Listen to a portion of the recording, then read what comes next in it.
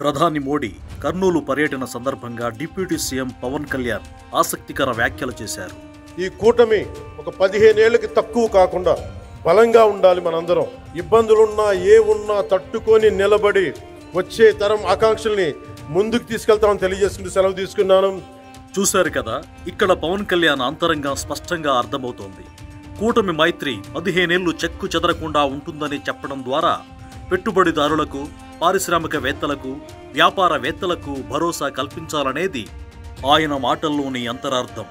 రాష్ట్రాన్ని అభివృద్ధి చేసుకోవాలనే తాపత్రయం పవన్ మాటల్లో స్పష్టంగా కనబడుతోంది.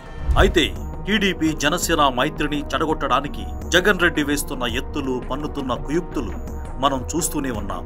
ఇటీవల ఇద్దరు వ్యక్తుల మధ్య జరిగిన ఘర్షణలో ఒక వ్యక్తి మరణించిన విషయాన్ని, పార్టీలకు సంబంధం లేకపోయినా టీడీపీ కమ్మవారు కాపులపై దాడి చేస్తున్నట్లుగా కాపు నాయకులుగా చెప్పుకుంటున్న దాసరి రాము లాంటి వైసీపీ పెయిడ్ ఆర్టిస్టులు విద్వేషాన్ని పెంచేలా మాట్లాడటం, కైకలూరు నియోజకవర్గంలో వంగవేటి రంగా విగ్రహానికి పేడపోసి టీడీపీ మీదకు నెట్టే ప్రయత్నం చేయడం, కోనసీమలో ఎస్సీలపై కాపు రౌడీలు దౌర్జన్యం అంటూ ఎస్సీలకు కాపుల మధ్య తగాదాలు పెట్టడం, ఇలాంటి అనేక సంఘటనలను జగన్ సృష్టిస్తున్నప్పటికీ వాటిని పవన్ కళ్యాణ్ పరిగణనలోకి తీసుకోకుండా రాష్ట్రాభివృద్ధిని కోరుకోవడం అనేది ఒక మంచి పరిణామంగా చెప్పుకోవచ్చు.